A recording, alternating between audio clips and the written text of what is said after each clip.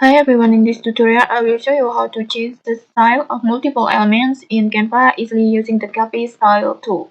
Okay, let's get started. First, make your desired change to one element. For example, change the font, color, or size. And in this tutorial, I will try to change the color of the elements. These elements, I will change it into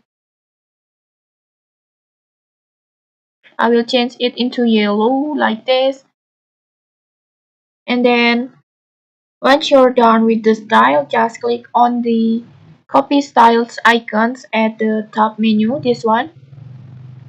Now just apply these styles to other elements. Just click on its elements that you want to update or simply click and drag over multiple elements to apply the style instantly like this. And that's it, super quick and efficient. Just try it out and save time on your design process. And okay, maybe that's it. If you found this helpful, don't forget to like, comment, and subscribe for more tutorials. Thanks for watching and see you.